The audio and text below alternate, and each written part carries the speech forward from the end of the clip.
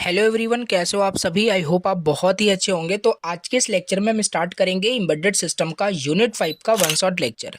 आज के इस लेक्चर में एम्बेडेड सिस्टम एप्लीकेशन डेवलपमेंट ये कंप्लीट यूनिट इस वन शॉट के अंदर कवर करूंगा। और ये यूनिट बहुत ही ज़्यादा छोटी यूनिट है। इसमें हमें दो ही टॉपिक्स यहाँ पे पढ़ने हैं, right. Case study of washing machine हमें पढ़ना है और एक एटीएम कार्ड यानी स्मार्ट कार्ड सिस्टम जो है वो उसका एक एप्लीकेशन हमें पढ़ना है। एम्बेडेड सिस्टम में कैसे क्या हो रहा है, यही दो टॉपिक आपके बहुत इंपॉर्टेंट है। यही एग्जाम में बार बार रिपीटेड टाइम पूछा जाता है और ये अब यूनिट भी आपकी बहुत अच्छे से तैयार हो जाएगी। ऑलरेडी चैनल पे हमने unit first, unit second, unit third, unit four का कंप्लीट वन शॉट कवर कर लिया था। जाके आप प्लेलिस्ट का एक्सेस करके देख सकते हो, राइट। आपको सिंपल प्लेलिस्ट में जाना है और वहाँ पे अदर भी सब्जेक्ट्स के आपके वन शॉट वहाँ पे आपको मिल जाएंगे। जैसे ब्लॉकचेन आर्किटेक्चर डिजाइन हो गया, सॉफ्टवेयर इंजीनियरिंग हो गया, कंप्यूटर नेटवर्क हो गया, एम्बेडेड सिस्टम का तो देख ही रहे हो। This is the last unit of the subject embedded system, right. तो ये रिक्वायर्ड है कि हाँ आपने यूनिट फर्स्ट भी देख लिया हो, सारे प्रीवियस यूनिट को कवर किया हो, तभी समझ पाओगे। क्योंकि यहाँ पे कुछ है नहीं, इसमें हमें सिर्फ एम्बेडेड सिस्टम जो अभी तक हम पढ़ रहे थे ना, कि एम्बेडेड सिस्टम क्या था कि simple hardware plus software plus mechanical parts to do specific task, यही था ना एम्बेडेड सिस्टम। अब उसी का एप्लीकेशन हमें पढ़ना है। बेसिकली ज़्यादातर यहाँ पे दो ही यहाँ पे एप्लीकेशंस दिया हुआ है, यही पूछा जाता है। बाकी कवर करूंगा पूरी यूनिट, समझ में आपको आ जाएगा। वॉशिंग मशीन का कंप्लीट केस स्टडी, यानी बहुत अच्छे से समझेंगे कैसे काम करता है, कैसे बनता है, सारी चीज़ें यहाँ पे, ठीक। और स्मार्ट कार्ड एप्लीकेशन यहाँ पे दिया हुआ है, ये भी समझने वाले हैं। तो स्टार्ट करेंगे without wasting any more time. और फर्स्ट टाइम चैनल पे विजिट किया तो प्लीज़ सब्सक्राइब करना, और लेक्चर अगर समझ में आए तो प्लीज़ लाइक करना, okay. End of the lecture आपको कमेंट जरूर करना है कि आपको समझ में आया लेक्चर या नहीं समझ में आया। जो भी डाउट होता है देन कमेंट करना। तो चलिए स्टार्ट करते हैं। यहाँ पे यूनिट का नाम आपने देख ही लिया है, एम्बेडेड सिस्टम के सिंपल एप्लीकेशंस के बारे में हमें पढ़ना है, जो कि काफ़ी सारी चीज़ें यहाँ पे है, देखते ही हैं, ठीक है। देखो, तो पहला टॉपिक यहाँ पे डिज़ाइन इशूज़ वगैरह दिया हुआ है, तो इसे चलो यहाँ पे देख लेते हैं, फिर जो बहुत इंपॉर्टेंट है वो डिस्कस करते हैं। तो यहाँ पे टॉपिक है design issues and techniques in embedded system application development. कहने का मतलब है कि भैया अब यहाँ पे ना हम एम्बेडेड सिस्टम को जब डिज़ाइन करते हैं, जब एम्बेडेड सिस्टम को हम बनाते हैं, तो क्या क्या प्रॉब्लम, क्या क्या इशूज़ हम फेस करते हैं, क्या क्या इश्यूज वहाँ पे, डिज़ाइन इश्यूज क्या क्या होते हैं, तो वही यहाँ पे हमें समझना है। तो देखो लिखा भी है यहाँ पे, embedded system are design to perform specific task efficiently and reliably while designing embedded applications like smart watches, washing machines, automotive control systems. Developer face several important challenges, or you can say design issues. These issues must be addressed carefully to make the system work smoothly. जब भी यहाँ पे आपका embedded system design किया जाता है, बनाया जाता है, जैसे स्मार्ट वॉच, ये सब क्या है, एम्बेडेड सिस्टम का ही टाइप से सब कुछ आपको समझ में आ रहा होगा। तो जब भी उसको डिजाइन करते हैं, डेवलपर्स बनाते हैं, तो बहुत सारे वहाँ पे इश्यूज वहाँ पे फेस किया जाता है, तो उन्हीं इश्यूज को डिस्कस करना है। तो पहला यहाँ पे मेन इश्यूज यहाँ पे दिया हुआ है। तो इश्यूज एंड टेक्निक्स दिया है ना, तो इशू के साथ हम टेक्निक्स भी देखेंगे कैसे उसको सॉल्व किया जा सकता है, इशूज प्लस सोल्यूशन, राइट। तो पहला यहाँ पे डिजाइन इशूज जो है एम्बेडेड सिस्टम एप्लीकेशन डेवलपमेंट में, that is real time constants. Real time constants का मतलब क्या है, इसमें इशूज क्या है, system must respond quickly and with in strict time limits. अब जैसे वॉशिंग मशीन भी बनाया गया होगा, तो वहाँ पे भी ये इशू सिंपल फेस किया गया है, और वहाँ पे उसका सोल्यूशन भी आगे यहाँ पे दिया हुआ है। जैसे कि RTOS यूज़ कर लो, real time operating system use कर लो। तो वॉशिंग मशीन में क्या है, कपड़े आप डालते हो तो कुछ टाइम लिमिट के अंदर ही आपका कपड़ा वहाँ पे धुल करके आपको दे देता है। तो कहने का मतलब ऐसा थोड़ी ना है कि आप अपने वहाँ पे कपड़े डाल दिए तो 24 घंटे वहाँ पे वो कि वो कपड़ा आपका यहाँ पे वहाँ पे धुला जा रहा है, तो ऐसा नहीं है। तो रियल टाइम कॉन्स्टेंट, ऐसे काफ़ी सारे एग्जांपल आप देख सकते हो। तो रियल टाइम कॉन्स्टेंट मतलब जो भी टास्क है, जो भी आपका प्रोसेस है, with in strict time limits वो कंप्लीट होना चाहिए। ये एक इशूज था, ठीक है, कि ये कैसे मतलब होगा कि विद इन टाइम लिमिट कैसे कोई भी चीज़ कंप्लीट होगी। तो इसका सोल्यूशन ये था कि एक रियल टाइम ऑपरेटिंग सिस्टम आप यूज़ कर लो, जो सपोर्ट करता है इसी चीज़ को, कि कोई भी task with in strict time limits के अंदर वो कंप्लीट करा देगा। तो ये पहला आपका हो गया रियल टाइम कॉन्स्टेंट्स। एग्जाम्पल भी यहाँ पे देख लेना, ठीक। दूसरा यहाँ पे है मेमोरी कॉन्स्टेंट्स। मेमोरी कॉन्स्टेंट्स भी यहाँ पे एक इशूज यहाँ पे था। तो most embedded system have limited RAM and ROM. का बहुत सारे एम्बेडेड सिस्टम है, उसमें लिमिटेड कि उसमें मेमोरी होती है। तो इसका सोल्यूशन क्या है, तो इसमें एक ऑप्टिमाइज्ड एंड कॉम्पैक्ट कोड को राइट करना, जिससे कि जो मेमोरी होगा वो इफिशिएंटली यूज होगा, राइट। कोड कंप्रेशन टेक्निक वहाँ पे यूज किया जाता है। मतलब एम्बेडेड सिस्टम क्या था, हार्डवेयर प्लस सॉफ्टवेयर। तो सिंपल सी बात है, अगर मेमोरी ज़्यादा ले रहा है तो मे भी हो सकता है कि आपने बहुत अननेसेसरी कोड भी वहाँ पे राइट किया हो, ओके।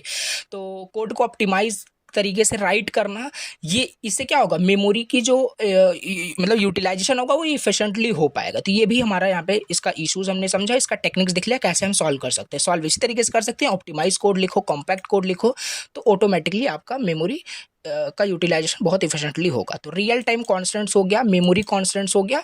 नाउ नेक्स्ट यहाँ पे देख लेते हैं power consumption, one of the ये भी डिज़ाइन इशूज़ है। तो बहुत सारे एम्बेडेड डिवाइसेस जब भी बनाया जा रहा था ना, तो वहाँ पे एक इशूज़ ये भी था कि पावर कंजम्पशन का, कि वो बैटरी पे चले, right, so saving power is important. ठीक, तो इसका टेक्निक क्या है, low power micro controller use करो, स्लीप मोड्स की फीचर वहाँ पे होना चाहिए, अननेसेसरी वहाँ पे पावर कंज्यूम ना हो रहा हो। होता नहीं है, जैसे लैपटॉप का भी एग्जांपल ले सकते हो, काफ़ी सारे ऐसे एम्बेडेड प्रोडक्ट्स में ऐसा होता है, वहाँ पे स्लीप मोड का ऑप्शन आपके पास होता है, उसको ऑन कर दोगे तो आपकी जो बैटरी है वो काफ़ी ज़्यादा इफिशिएंटली उसका यूटिलाइजेशन हो पाएगा, ज़्यादा वो कंज्यूम नहीं होगा अननेसेसरी, बिना आप यूज़ किए, मतलब आपका बैटरी लॉन्ग टाइम तक वो चल पाएगा। समझ पा रहे हो? तो ये कुछ यहाँ पे low power micro controller use कर लो, स्लीप मोड का फीचर वहाँ पे कुछ यूज़ कर सकते हैं। तो ये हो गया power consumption, one of the design issues यहाँ पे हमने समझा और टेक्निक्स हमने समझ लिया। ठीक है, और नेक्स्ट यहाँ पे है कॉस्ट कॉन्स्टेंट्स। ये तो भैया बहुत ही इंपॉर्टेंट है, कॉस्ट कॉन्स्टेंट्स को लेकर के ये भी एक डिज़ाइन इशूज़ है कि एम्बेडेड प्रोडक्ट अगर आप बना रहे हो, डिज़ाइन कर रहे हो, तो ये प्रॉब्लम, तो ये इशूज़ तो फेस होगा ही होगा, क्योंकि आप जो भी एम्बेडेड प्रोडक्ट बना रहे हो वो मार्केट में लॉन्च करने के लिए, राइट, लोग उसे यूज़ करें। तो ऐसा मत बना दो कि उसका कॉस्ट 10 लाख 20 लाख रुपए का आपने एम्बेडेड कोई प्रोडक्ट आपने बना लिया जो लोग अफोर्ड ही ना कर पाए, तो उसका भी कोई मतलब नहीं होगा। तो ये भी एक डिज़ाइन इशू है, ये कॉस्ट इफेक्टिव होना चाहिए, लोग उसे परचेज कर पाएँ, बाय कर पाएँ। जैसे वॉशिंग मशीन हो गया, हर कोई खरीद सकता है, उसको यूज कर सकता है। ठीक है, समझ पा रहे हो कि नहीं? तो यही आपका यहाँ पे कॉस्ट कॉन्स्टेंट्स का मतलब है। टेक्निक्स का मतलब, टेक्निक्स इसका क्या हो गया, अगर ये इसका सोल्यूशन कि कॉस्ट इफेक्टिव हार्डवेयर यूज करो, ज़्यादा अगर वहाँ पे महंगे महंगे हार्डवेयर यूज नहीं करोगे तो उसका फिर कॉस्ट ऑटोमेटिकली मेंटेन रहेगा। आपने हार्डवेयर ही बहुत महंगा यूज कर लिया है, माइक्रो कंट्रोलर ही आपने बहुत मतलब मैक्सिमम पावर वाला माइक्रो कंट्रोल आपने यूज़ कर लिया, तो फिर डेफिनेटली वो क्या होगा कि कॉस्ट जो होगा वो इफेक्टिव नहीं होगा। तो अननेसेसरी फीचर वहाँ पे एम्बेडेड प्रोडक्ट में ना ऐड करो, तो इससे क्या होता है, सिंपल यहाँ पे आपका कॉस्ट जो होगा ओवरऑल वो कम होगा, इफेक्टिव होगा, कहने का मतलब है। तो जो कंज्यूमर होंगे वो ईजिली उसको अफोर्ड कर सकते हैं। ठीक है, तो ये हो गया आपका कॉस्ट कॉन्स्टेंट्स का डिज़ाइन इश्यूज हमने समझ लिया और इसके टेक्निक्स भी देख लिए। Next one is reliability and safety. Okay, so reliability and safety, ये क्या इश्यूज है, सिंपल भैया, जो भी आप एम्बेडेड सिस्टम प्रोडक्ट जो भी बना रहे हो, डिज़ाइन इश्यूज ही तो समझ रहे हैं हम। ठीक है, तो जब भी डिज़ाइन किया जा रहा है, बनाया जा रहा है, तो रिलायबल होना चाहिए, राइट। मतलब ऐसा ना हो कि सिस्टम आपने बना दिया, लॉन्च कर दिया, यूज़र यूज़ कर रहा है और उसको कुछ सिस्टम आपका काम ही नहीं कर रहा है, तो ऐसा नहीं होना चाहिए। रिलायबल होना चाहिए, भरोसा करने लायक ऐसा प्रोडक्ट आप बनाओ कि लोग उस पर ट्रस्ट करें, रिलायबल हो। समझ पा रहे हो क्या बोलने की कोशिश कर रहा हूँ? एंड सेफ्टी भी वहाँ पे होना चाहिए। ठीक है, तो the system must perform correctly for a long time without failure, right. तो ये रिलायबल एंड सेफ्टी का मतलब है। तो इसमें हम टेक्निक क्या क्या क्या यूज़ कर सकते हैं। यूनिट फर्स्ट में हमने पढ़ा था कि फेलियर से बचने के लिए कौन सा आपका एक टाइमर होता था, वॉच डॉग टाइमर हम यूज़ कर सकते हैं, एरर डिटेक्शन मैकेनिज्म यूज़ कर सकते हैं, जैसे रिडंडेंसी, सेफ्टी सर्टिफिकेशन जो ISO सर्टिफाइड हो। तो डिफरेंट डिफरेंट मेथड्स यहाँ पे हो जाते हैं। ओवरऑल ये आपका reliability and safety one of the design issues and techniques आप राइट कर सकते हो। नेक्स्ट यहाँ पे आप लिख सकते हो अपग्रेडेबिलिटी एंड मेंटेनेबिलिटी।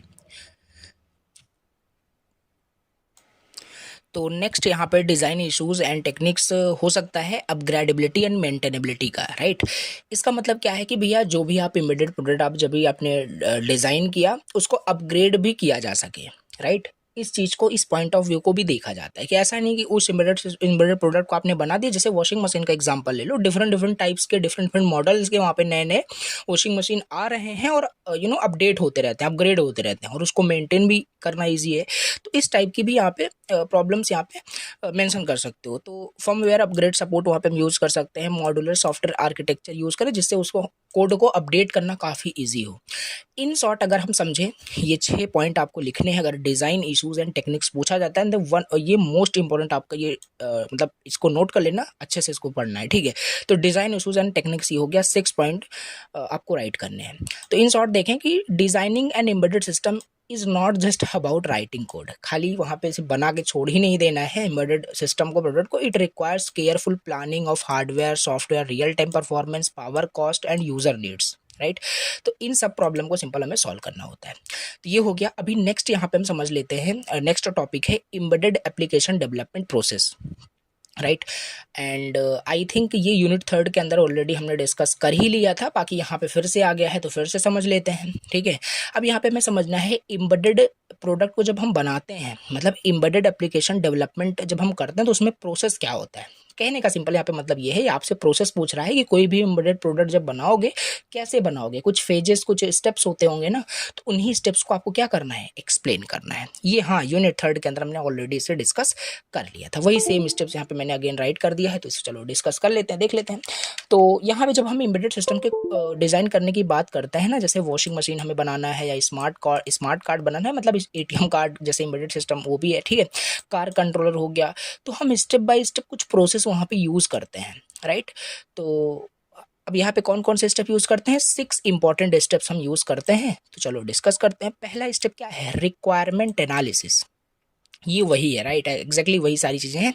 तो रिक्वायरमेंट एनालिसिस पहला स्टेप ये होगा कि भैया अब हम एम्बेडेड सिस्टम बनाने जा रहे हैं, तो पहले रिक्वायरमेंट समझ लो कि प्रॉब्लम क्या है, लोगों की क्या नीड है, राइट।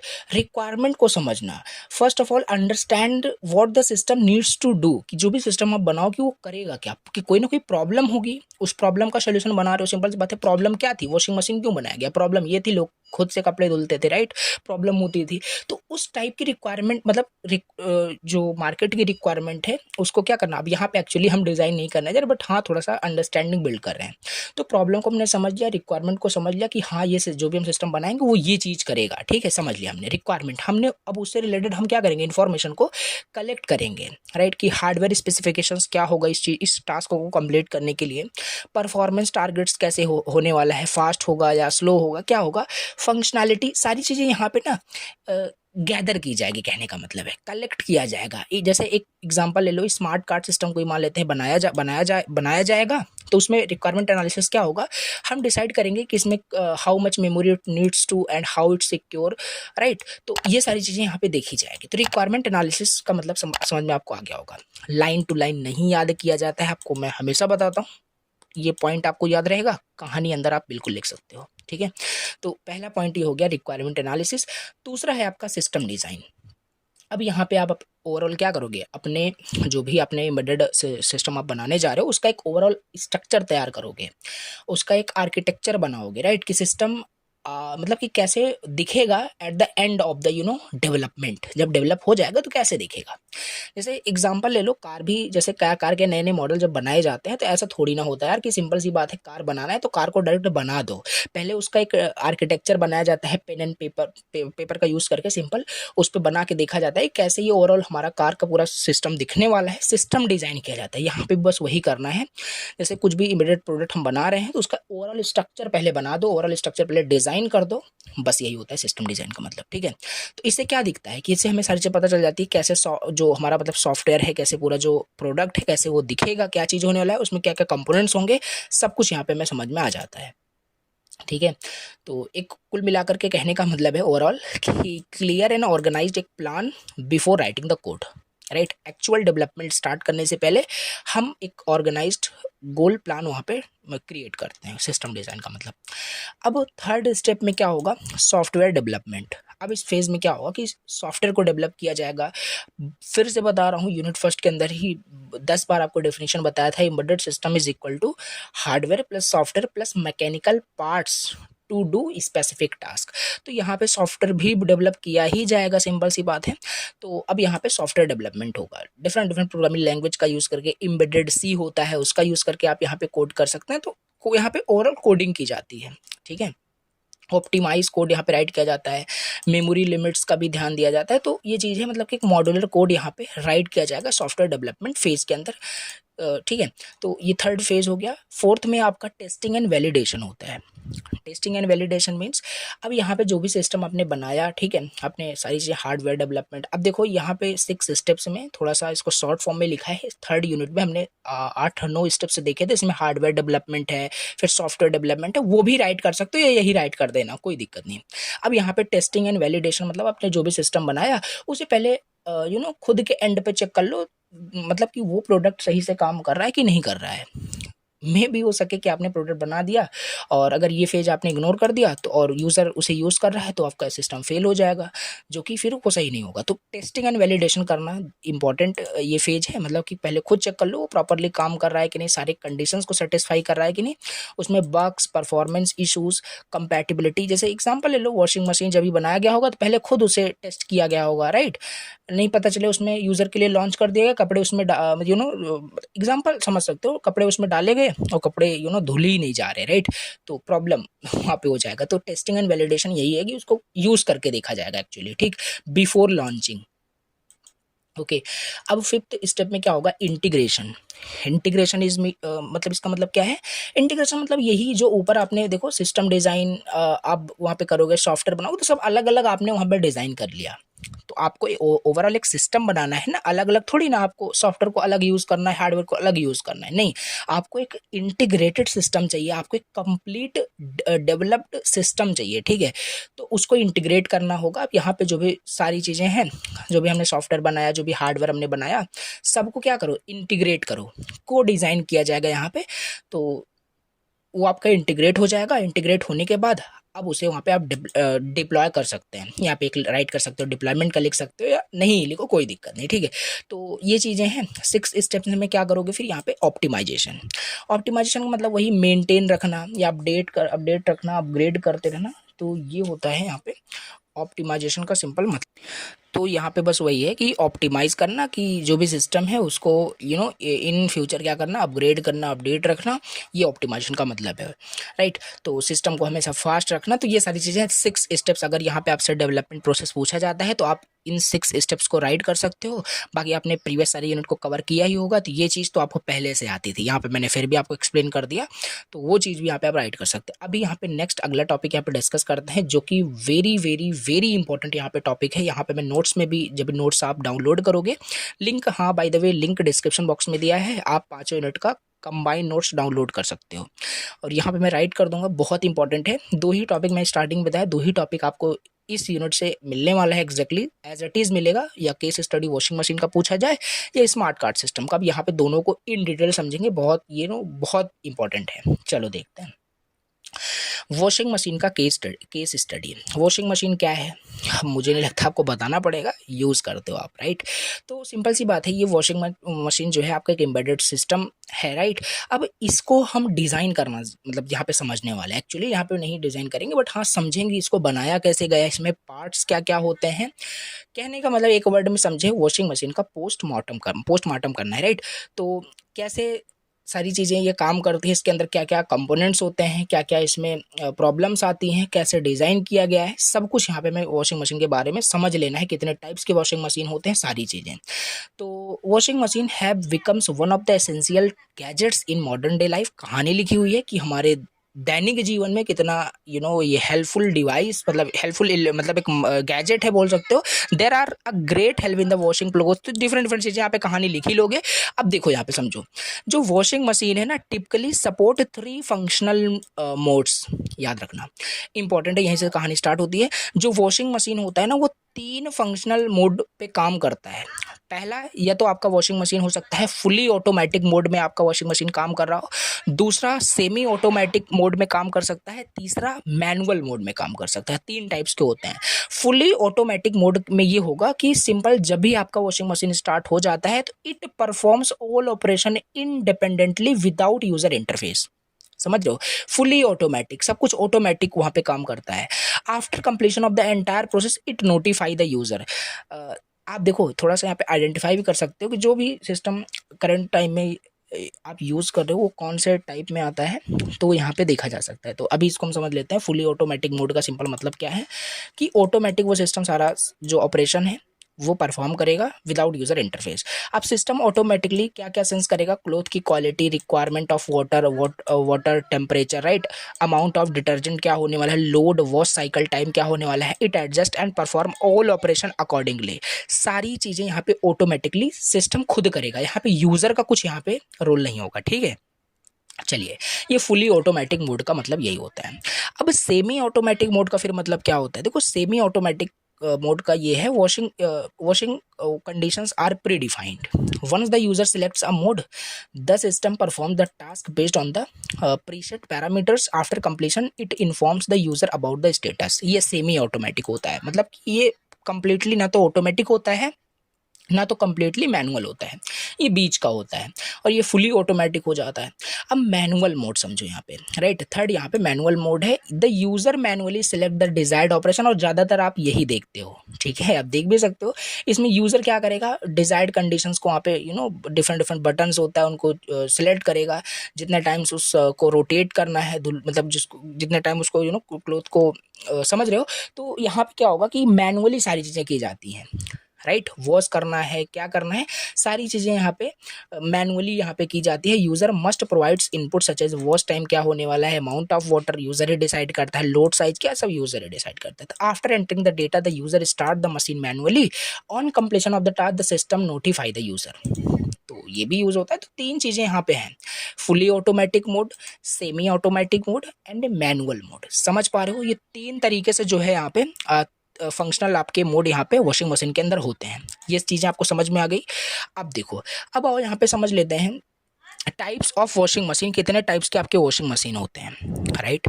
कितने टाइप्स के आपके वॉशिंग मशीन होते हैं, देखो इमेज भी आपको दिख रहा है। तो वॉशिंग मशीन को सिंपली आप ना डिफरेंट डिफरेंट कैटेगरीज में डिवाइड कर सकते हो उसकी फंक्शनैलिटी के बेसिस पे। तो यहाँ पे चलो पहले उसके फंक्शनैलिटी के बेसिस पे मतलब देखते हैं, राइट, लोडिंग टाइप पे।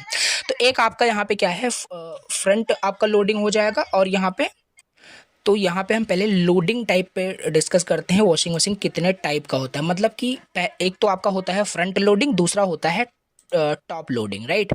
अब यहाँ पे फ्रंट लोडिंग क्या है, देखो दो ही यहाँ पे लोडिंग के टाइप पे सिंपल दिया हुआ है, कुछ है नहीं यहाँ पे। जैसे ये इमेज देख रहे हो, इस टाइप की वॉशिंग मशीन आपने देखा होगा, यूज़ भी हो सकता है कर रहे हो।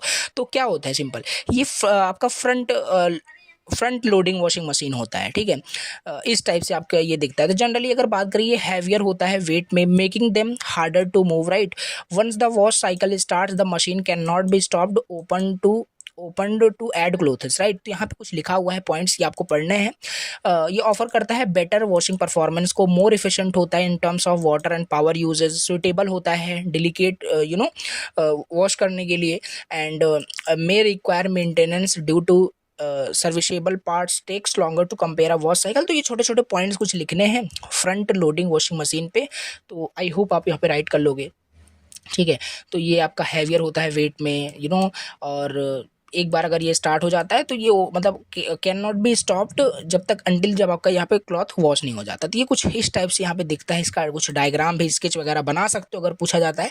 अब यहाँ पे दूसरा समझते हैं टॉप लोडिंग वॉशिंग मशीन, जो कि ज़्यादातर ये यहाँ पे देखते हो आप, राइट। तो टॉप लोडिंग वॉशिंग मशीन ये होता है जो टॉप पे क्या होता है कि यहाँ पे क्लॉथ को लोड किया जाता है, और यहाँ पे फ्रंट में। अब इसमें क्या होगा, टॉप लोडिंग वॉशिंग मशीन में ये थोड़ा सा लाइटर होता है और ईजियर टू मूव हो जाता है, right. Allow clothes to be added at any time during the wash cycle. यहाँ पे आप क्या करते हो, आपने एक कपड़े भी डाल दिए, ये धुले जा रहे हैं, तो पता चला दूसरा कोई कपड़ा आ गया, आप दूसरे कपड़ों को भी इसी में आप डाल दोगे, राइट। तो ये सारी चीज़ें हैं, मतलब यहाँ पे एट एनी टाइम आप यहाँ पे कोई क्लोथ को ऐड कर सकते हो। बट इसमें ऐसा नहीं है, once the machine started you can not stop, अब उसको स्टॉप नहीं कर सकते। तो ये कुछ यहाँ पे इसके पॉइंट्स लिखने हैं। और offer moderate washing performance, less efficient होता है वाटर एंड पावर यूजेस में, right. Almost no maintenance required, इसमें कोई मेंटेनेंस रिक्वायर्ड नहीं। तो छोटे छोटे पॉइंट्स यहाँ पे आपको यहाँ पे याद रखने हैं, इसको राइट करने हैं, ठीक है, टॉप लोडिंग वॉशिंग मशीन्स के अंदर। तो हमने लोडिंग टाइप के बेसिस पे देख लिया, front loading washing machine, top loading washing machine क्या होता है, ठीक है। अब आओ यहाँ पे, अगर देखो यहाँ पे ना चाहो तो ये भी लिख सकते हो, अगर लिखना हो, बाकी इतना टाइम नहीं होता एग्जाम में राइट करने के लिए। आप ये भी क्या है, वॉशिंग मशीन का ही आप इसके मोड के बेसिस पे कैटेगराइज कर सकते हो इसके टाइप को, fully automatic washing machine, semi automatic washing machine, manual mode automatic, मतलब मैनुअल मोड जो आपका वॉशिंग मशीन होता है, तो इसके बेसिस पे लिख सकते हो। बाकी यहाँ पे लोडिंग टाइप पे मैंने बता दिया, front loading washing machine, top loading washing machine. अब आओ यहाँ से समझते हैं। देखो ये पूरा केस स्टडी पूछेगा तो थोड़ा थोड़ा करके आपको सबको एक्सप्लेन कर देना है।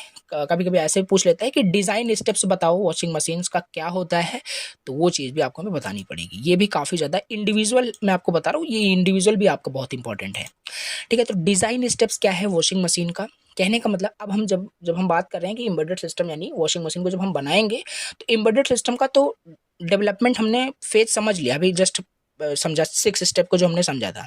अब हम वॉशिंग मशीन को जब बनाएंगे तो वॉशिंग मशीन को बनाने में क्या क्या वहाँ पे फेजेस यूज होगा उसे और डिस्कस करते हैं। तो मेजर स्टेप्स यहाँ पे कुछ दिया हुआ है, रिक्वायरमेंट समझेंगे, वही है सिंपल, राइट। या क्या करो, एक काम कर सकते हो, अगर ये चीज़ आपको नहीं समझना है तो जो 6 स्टेप्स आपने लिखा था ना, वही 6 स्टेप्स आपको अगेन राइट कर देना है, क्योंकि एम्बेडेड सिस्टम आपका वॉशिंग मशीन ही होता है। बस वहाँ पे थोड़ा सा एग्जांपल लेकर के दिखा देना वॉशिंग मशीन का कुछ ऐसे, राइट। तो वो चीज़ कंप्लीट हो जाएगी। तो यहाँ पे ये इंडिविजुअल स्टेप्स भी यहाँ पे राइट कर सकते हो। तो पहला रिक्वायरमेंट हो गया, है वही सेम चीज़। देखो रिक्वायरमेंट को एनालिसिस करोगे, सिस्टम डिजाइन या स्पेसिफिकेशन वहाँ पे देखोगे, फिर specification and modelling using UML. अभी क्या है बताता हूँ। यहाँ पे हार्डवेयर फिर डिजाइन करोगे, आर्किटेक्चर, सॉफ्टवेयर आर्किटेक्चर, फिर इंटीग्रेट करोगे, testing, validation, deployment, then maintenance. ऐसे सारी चीज़ें भी लिख सकते हो। तो ये कुछ स्टेप्स यहाँ पे 5 स्टेप्स हैं, चलो डिस्कस करते हैं इंडिविजुअल। तो रिक्वायरमेंट यहाँ पे वही है, this is the initial phase where all functional and non functional needs of the washing machines are identified. सब कुछ वहाँ पे वॉशिंग मशीन्स के सारी जो फंक्शनल नॉन फंक्शनल जो भी नीड्स जरूरत है उन सबको आइडेंटिफाई किया जाएगा। एग्जाम्पल जैसे सिस्टम क्या वो 3 मोड को सपोर्ट करना चाहिए, फुली ऑटोमेटिक हो या सेमी ऑटोमेटिक हो या मैनुअल मोड पे आपका वो वॉशिंग मशीन काम करो, ये सब आइडेंटिफाई किया जाएगा। समझ रहे हो। It should handle different wash programmes, delicate, normal, heavy. तो कहने का मतलब भैया वॉशिंग मशीन बनाने जा रहे हो तो समझ लो रिक्वायरमेंट ये क्या क्या वहाँ पे सपोर्ट करेगा, उस फीचर्स क्या क्या होंगे, प्रोग्राम्स उसमें वॉश प्रोग्राम्स क्या क्या होंगे, सारी चीज़ें यहाँ पे एनालाइज की जाएगी। It should take input from sensor, water level, temperature, ये सारी चीज़ें वहाँ पे वो सेंस कर रहा हो। It should control actuators, Motors, valve, heaters, सारी चीज़ें। It should provide user interface, button, touch panel होना चाहिए जिससे यूजर उसको कंट्रोल कर पाए। तो रिक्वायरमेंट का मतलब ये बस यही लिखना है आपको, ठीक है। तो दूसरा है स्पेसिफिकेशंस। स्पेसिफिकेशंस में क्या होगा ना कि एग्जैक्ट टेक्निकल डिटेल्स आपको लिखनी है। अगर आपने यहाँ पे देखा कि जैसे क्या है कि अगर जैसे यहाँ पे यूजर क्या कर सकता है कि कोई टाइम सेट कर सकता है, सारी चीज़ें। कहने का मतलब जो भी आपका ये वॉशिंग मशीन एम्बेडेड सिस्टम है तो आप इसका एग्जैक्ट टेक्निकल डिटेल लिखोगे कि कितने पावर सप्लाई की इसको ज़रूरत होगी, कितने पे ये काम करेगा, इसमें माइक्रो कंट्रोलर कितने बिट का यूज़ होगा, समझ रहे हो।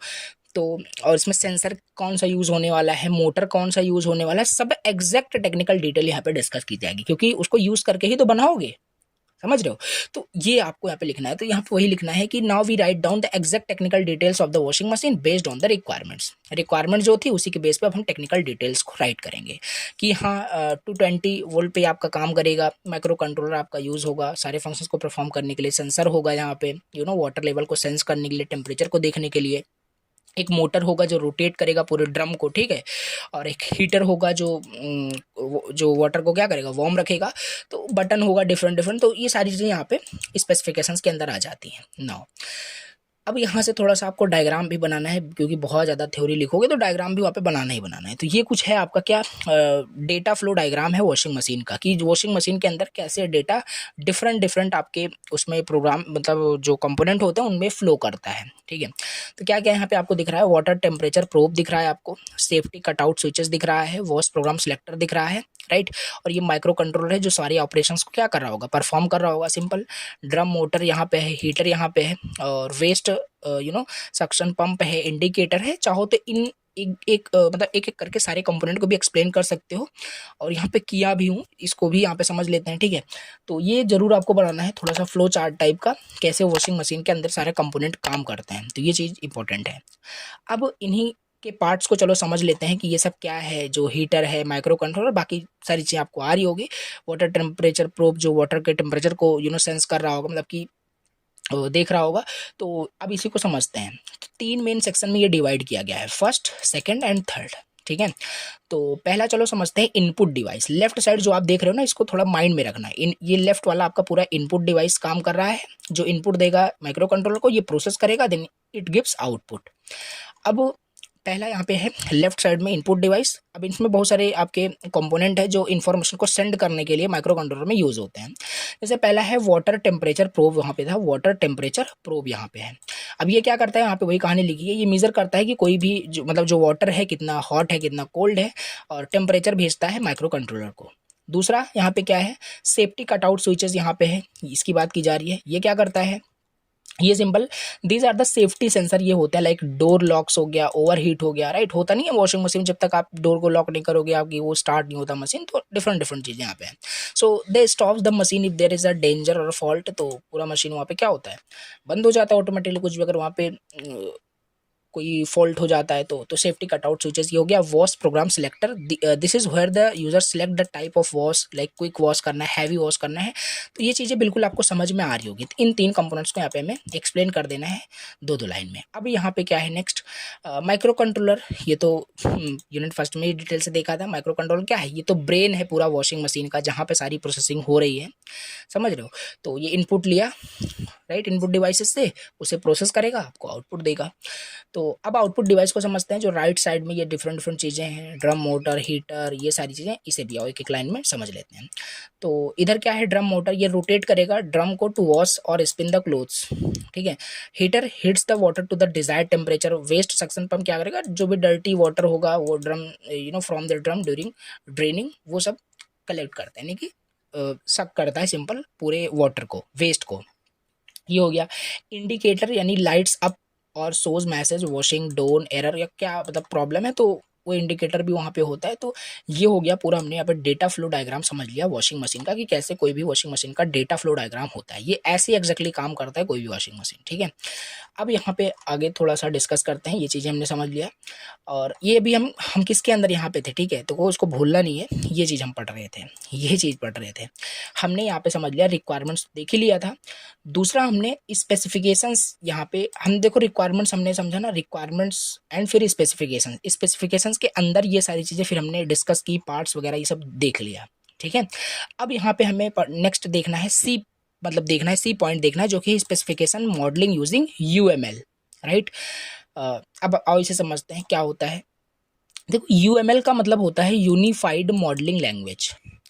इससे क्या होता है, it helps to draw diagrams to plan how the system works before we start building it. कुछ नहीं होता है, सिंपल आप प्रोग्राम जब बनाते हो तो एक फ्लो चार्ट से आप क्या देखते हो कि जब भी आप एल्गोरिदम बनाते हो तो एल्गोरिदम का फ्लो चार्ट बनाते हो, और फ्लो चार्ट से दिखता क्या है कि कैसे एल्गोरिदम में आपका फ्लो क्या है प्रोग्राम का, राइट, कैसे चीज़ें काम कर रही हैं, समझ रहे हो।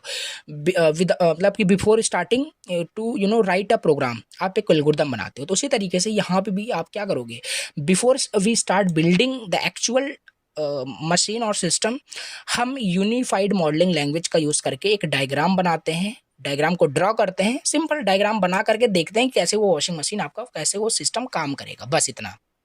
अब इसमें देखो बहुत सारे यूएमएल में बहुत सारे टूल्स होते हैं। यूज केस डायग्राम यहाँ पे हम बनाते हैं, सोज what actions the user can perform like select wash mode, start washing, check status, get notification where done।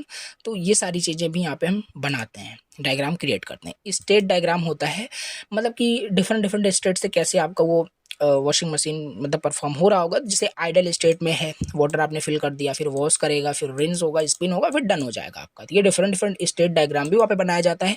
अब ये चीज़ ना अगर हमने बुक्स में देखा था तो काफ़ी सारी चीज़ें यहाँ पे बहुत डायग्राम था, ठीक है। तो अब टू द पॉइंट, आपको भी पता है एग्जाम में अगर ये क्वेश्चन आ भी जाता है तो 7 मार्क्स से ज़्यादा तो आएगा नहीं, और उतना टाइम भी आपके पास नहीं होगा तो कि 2-3 पेज ही आप वहाँ पे लिख पाओगे। अब ऐसा नहीं कि 32 पेज आप वॉशिंग मशीन में ही लिखने वाले हो। तो यहाँ पे बहुत कंटेंट यहाँ पे मैंने राइट कर दिया नोट्स में, बाकी आपको इसे बहुत ब्रीफ वे में एक्सप्लेन करना है, ठीक है। तो ये यूएमएल बस यही है, डिफरेंट डिफरेंट डायग्राम हम बनाएंगे, state diagram, use case diagram और सीक्वेंस डायग्राम, मतलब कि जो भी मतलब एक्शन है जो परफॉर्म हो रहा है वो उसका ऑर्डर क्या है। यूजर प्रेस करेगा start, then machine check sensor, fill water, start washing, right. अब ऐसा थोड़ी ना है कि एक सीक्वेंस डायग्राम भी वहाँ पे होगा, आप जैसे यूजर वहाँ पे प्रेस कर दे स्टार्ट बटन, तुरंत वहाँ पे वॉशिंग करना स्टार्ट हो जाएगा। तो डिफरेंट डिफरेंट चीज़ें वहाँ पे पहले वाटर तो होना चाहिए धुलने के लिए। तो एक कहने का मतलब एक कंप्लीट सिस्टम यहाँ पे इस तरीके से बनता है। तो स्पेसिफिकेशन यूजिंग यूएमएल मतलब कि यूनिफाइड मॉडलिंग लैंग्वेज आपको समझ में आ गया होगा कि सिंपल एक डायग्राम बनाने के लिए जिससे सिस्टम हमें दिखे कि कैसे वो काम कर रहा है before we start building the actual machine, right, actual system. तो डिफरेंट डिफरेंट डायग्राम बना के हम देखते हैं। नेक्स्ट यहाँ पे डी पॉइंट यहाँ पे है हार्डवेयर आर्किटेक्चर। हार्डवेयर आर्किटेक्चर का मतलब ये है कि जो जो आप फिजिकल पार्ट उस सिस्टम में यूज़ होगा उसको बनाने के लिए, जैसे बात कर रहे थे वहाँ पे मोटर यूज़ होगा, वॉल्व यूज़ होगा, हीटर होगा, बटन होगा, राइट, डिस्प्ले पैनल होगा जिस पे यूज़र कुछ देख पाएगा, पावर सप्लाई भी होगा, माइक्रो कंट्रोलर तो brain of the that washing machine तो वो तो होगा ही होगा।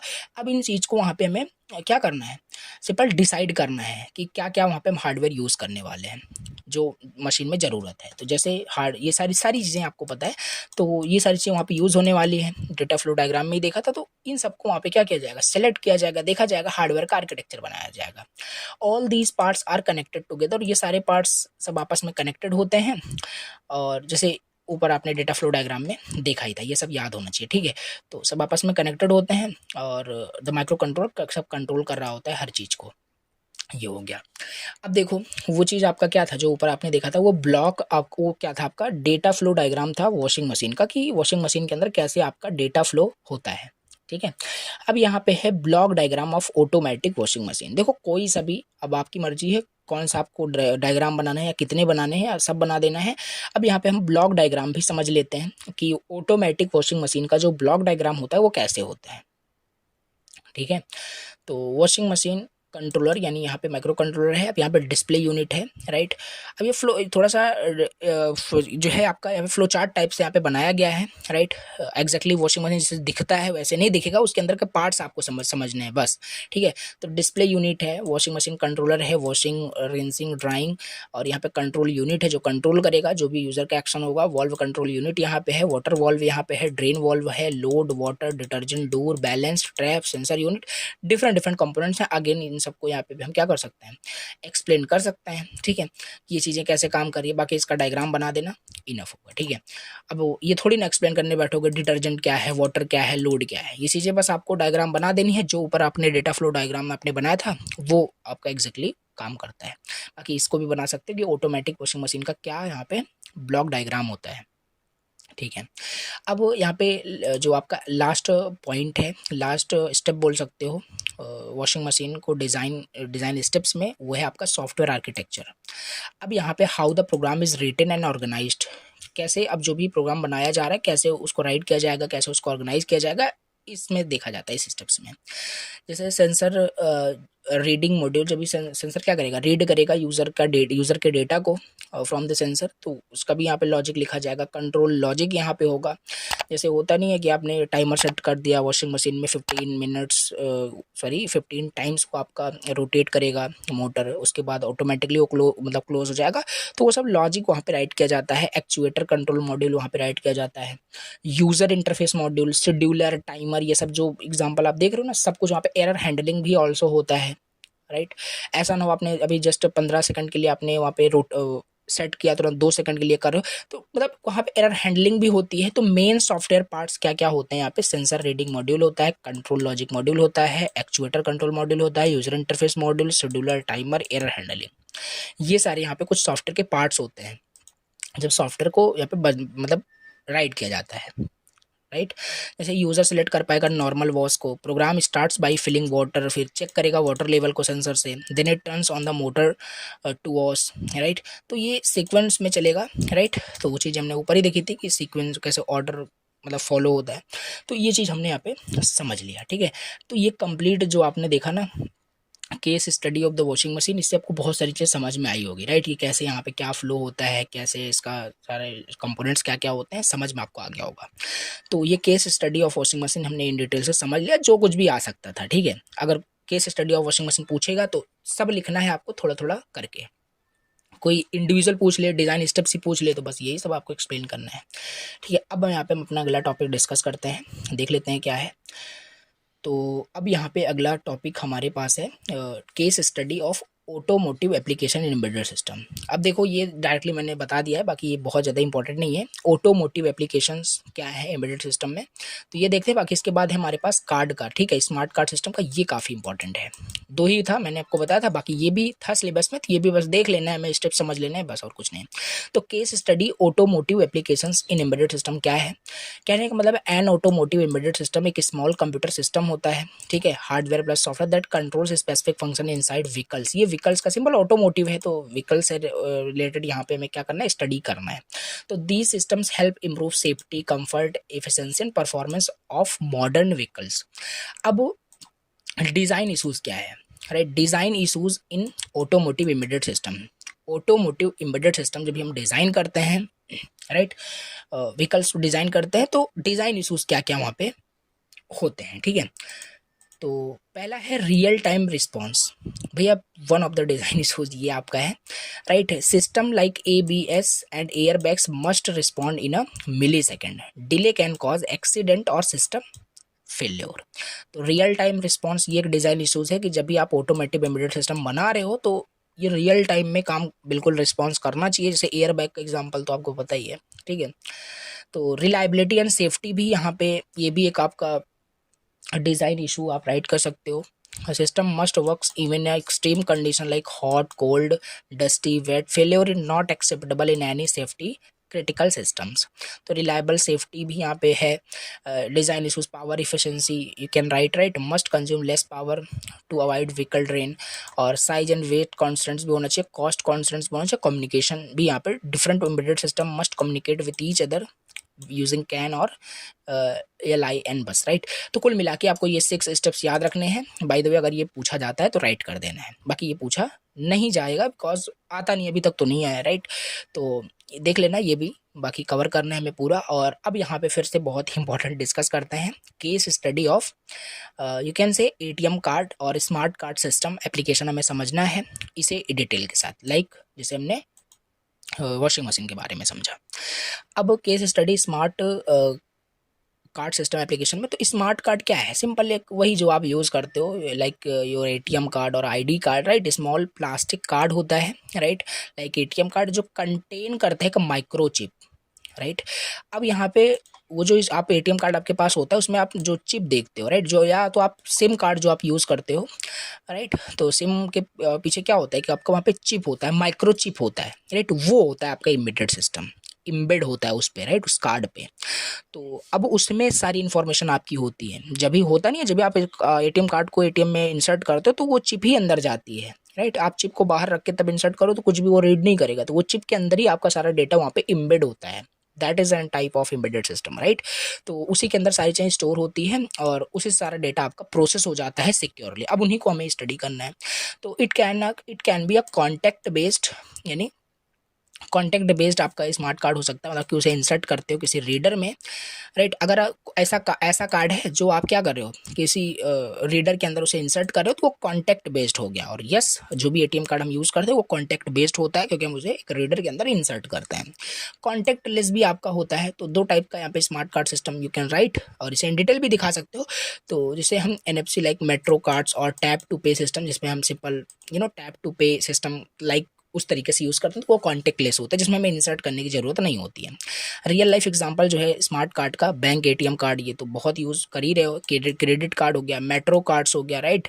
सिम कार्ड मोबाइल फ़ोन में वो भी है। एम्प्लॉई ID कार्ड, ऐसे अगर ऑफिशियली आप कहीं जॉब कर रहे हो तो वहाँ पे भी आपके एक ऑफिशियली एक एम्प्लॉई कार्ड होता है। E-पासपोर्ट एंड हेल्थ कार्ड जो होता है, तो ये सब ना आपके स्मार्ट कार्ड यहाँ पे आपके हो सकते हैं। अब यहाँ पे आगे यहाँ पे समझ लेते हैं role of embedded system in smart card, ठीक है?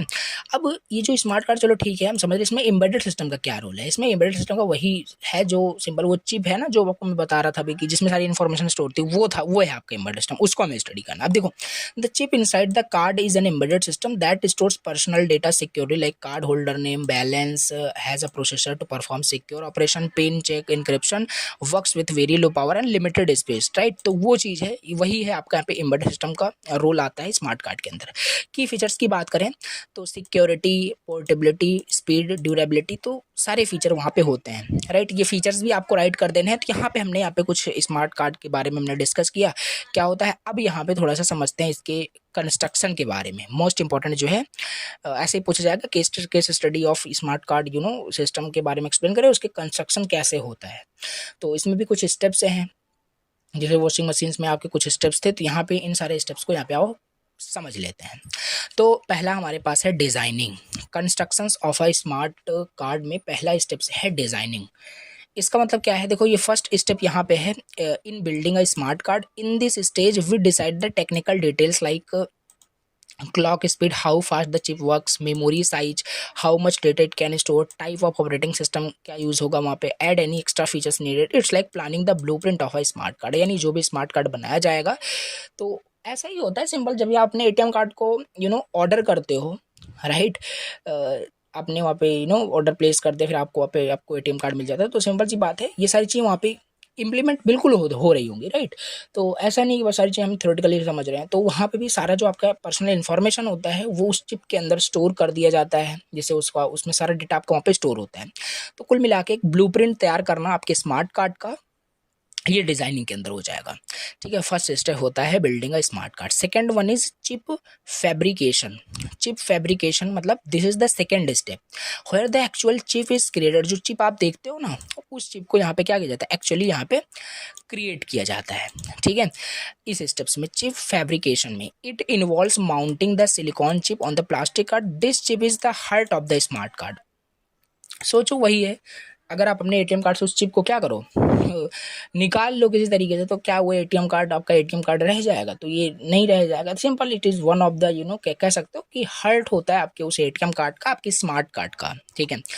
तो ये हो गया दूसरा, designing chip fabrication. Third one is loading code into memory. What? Loading code into memory, right. अब ये समझ लेते हैं। In this third step we insert the software code into the chip memory. अब यहाँ पे ना हम क्या करेंगे, जो भी सॉफ्टवेयर कोड होता है उस चिप मेमोरी के अंदर स्टोर करेंगे। Command are use to load programs that tells the card what to do. This step is like giving the card its brain power. कहने का मतलब वहाँ पे भी आपकी कोड की जाती है, राइट। उसमें कोड ऐड किया जाता है, कोड लोड किया जाता है, जिससे कि अकॉर्डिंग टू द जो भी एक्शन है वो आपका परफॉर्म करता है कार्ड।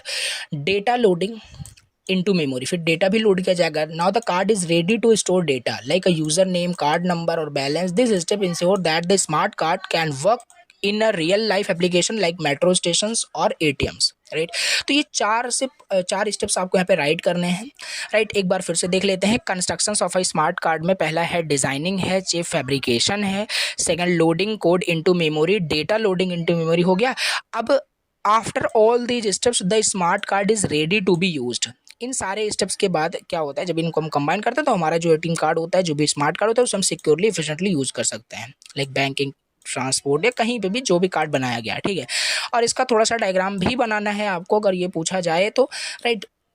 ये चीज़ बनाना है, राइट। ये थोड़ा सा एटीएम का यहाँ पे एग्जांपल दिया हुआ है, राइट। कैसे एटीएम में आपका स्मार्ट कार्ड काम करता है। आप स्टार्ट करोगे तो आपको वेलकम नोट आता है उस एलसीडी पे, उस पैनल पे। फिर वहाँ पे क्या करते हो, सिंपल आपको यूज़र नेम दिखेगा, आप वहाँ पे अपना पासवर्ड एंटर करोगे। पासवर्ड अगर आपका करेक्ट होता है देन आप एंटर कर जाते हो। अगर वहाँ पे पासवर्ड आपने गलत डाला तो री एंटर करते हो आप अपने पासवर्ड को अगेन, राइट। तो ये क्या है, सिंपल ये एटीएम कार्ड का कुछ फंक्शनैलिटी यहाँ पे दिया हुआ है, कैसे ये आपका काम कर रहा है, ठीक है। तो ये चीज़ आपका हो गया कैसे ये आपका काम करता है, ठीक है। तो ये हमने समझ लिया कैसे स्मार्ट कार्ड सिस्टम का कैसे मतलब क्या कंस्ट्रक्शन प्रोसेस होता है, कैसे काम करता है, ठीक है। अब एडवांटेज भी देख लो यहाँ पे, ठीक है। कुछ पॉइंट है, हाई सिक्योरिटी होता है, पोर्टेबल होता है, उसे कहीं पे भी आप ले जा सकते हो, मल्टी फंक्शनल होता है, फास्ट प्रोसेसिंग, डेटा स्टोरेज, ये तो आप लिख ही लोगे, राइट। ये कुछ पॉइंट है आपको याद रखने हैं।